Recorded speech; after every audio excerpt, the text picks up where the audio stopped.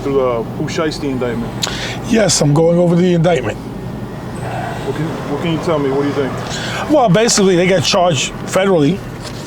Basically, Pooh Shiesty was with 3 other guys, and they set up a deal to buy some marijuana, and I think one of them rented the vehicle from one of the victims, and they were trying to arrange an extension of the rental, and it didn't go so well because Pooh Shiesty and some of his guys went up and they tried to rob these guys, and as a result of, they shot both victims. One defendant, I think Pooh Shiesty shot one guy, right, and the other defendant with DeRosa shot another guy, and they were all arrested, and they were charged with a federal crime in the Hobbs Act. Now, the Hobbs Act, when you get charged with the Hobbs Act federally, it's in the commission of a firearm during a robbery. The feds could bring those charges against you, and they did in this particular case. What does that mean, the Hobbs Act, for people who don't know? Well, the Hobbs Act was established by the federal government to deal with crimes related to firearms involved with robberies. Like if you commit a violent robbery by using or brandishing a firearm, you can be charged with a Hobbs Act. You know, the commission of a robbery, whereas U.S. currency involved, they have that. I told the interstate commerce always comes into play also, which I don't know if it came here because they traveled from Miami. Maybe they lived in Miami, but if they traveled out of state, that would apply also. But they got charged with the Hobbs Act, and as a result of it, they were arrested, and they're looking at federal time. Conspiracy to commit Hobbs Act, which is a robbery, Hobbs Act robbery, and then they got discharging a firearm in the furtherance of a commission of a crime. So that's all falls under the Hobbs Act. And the FBI, you know, went on this case and took it over. So Pooh Shiesty's in a lot of trouble right now. And in addition to that, I think he was at a nightclub in, was it Atlanta or Miami? One of those cities where he shot a security guard in the leg, in the foot, or the ankle, something like that. Security or just a random? Just a random security. I think what happened was that he was trying to leave and he was brandishing a weapon, and while he was leaving the club, because somebody had knocked the money he had in his hands out to the floor, so he pulled the gun out so nobody would take his money. And as he was going out, he let off a round, and I think it struck the security guard that was walking out with him. So he might have shot him. I don't know if it was intentional, it might have been accidental. But nevertheless, he's looking at a bunch of charges. Like you said, these firearms, these robberies, these rappers, they all get into trouble somehow or another, and then they get caught up in these cases where it's hard to get out of them. Now, how is this a typical, or this is like, how serious are the crimes? Well, they're serious crimes because the FBI is involved. Right. So the feds charged them with the robbery and the Hobbs Act. So it's definitely serious charges. They're gonna have to get some really good attorneys to represent them to get out of this one. Right. What do you see going from here? I mean, he's not gonna get bail, right? I mean, is this no, the government is not like that. The government doesn't really give bail out a lot in some cases. I guess his lawyer would have to ask the magistrate if he would probably do something like that, but I doubt it.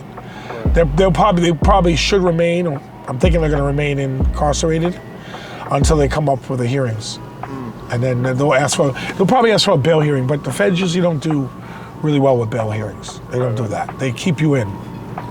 How much serious time is he looking at, just according to the indictment? According to this indictment, he's looking at maybe 10 to 20 years in these cases. So, these are really serious cases. You know, I'm looking at the indictment now, and these are very, very serious.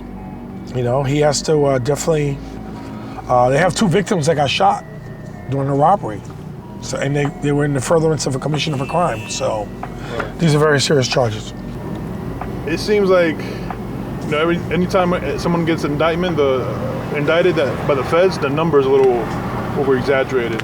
What do you mean, the number of time? The time that they get? Right, versus to what they end up getting. Well, you know what it is? The feds always go by a guideline. And the federal government always has guidelines about what they charge you with. If you fall under a particular guideline, they have to charge you with a certain amount of time. Right. Now, the judge can downward depart the time. That's happened before if you cooperate. Right. If you're a cooperator, he'll do that, or he or she will do that. But in most cases, if you're not a cooperator, you're looking at some serious time.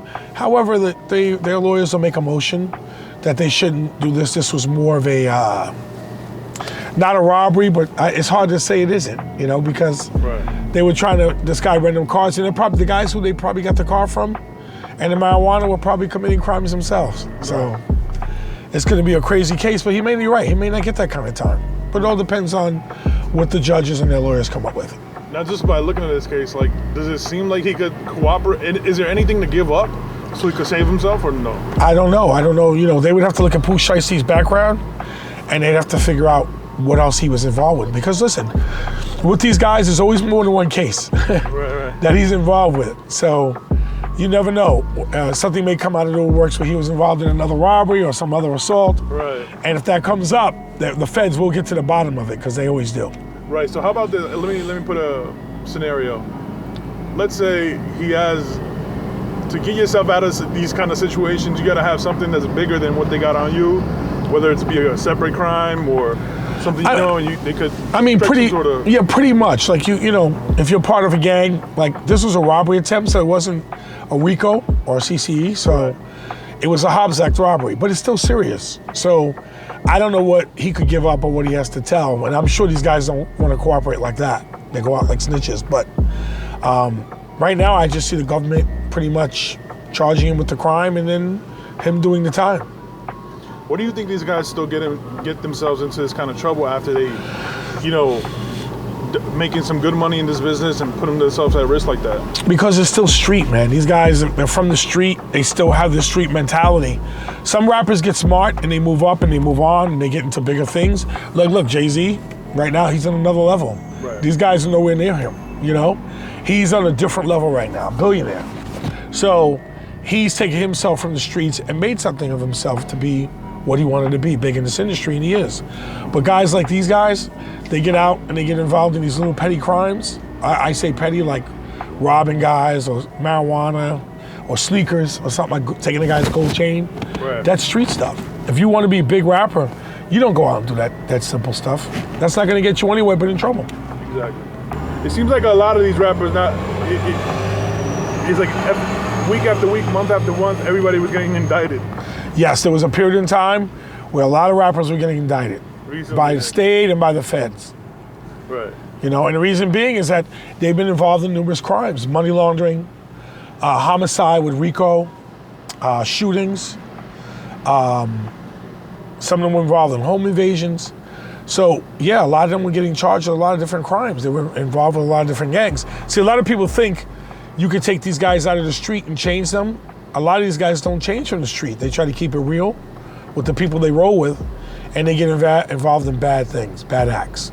And they go out here and they do simple things like this that get them in trouble. You know, because listen, you can't pull a robbery on somebody if somebody knows who you are. Hey, that's Pooh Shiesty, the guy that robbed me. Oh, that's him? And how are you not gonna know who he is? Right. His face is all over social media.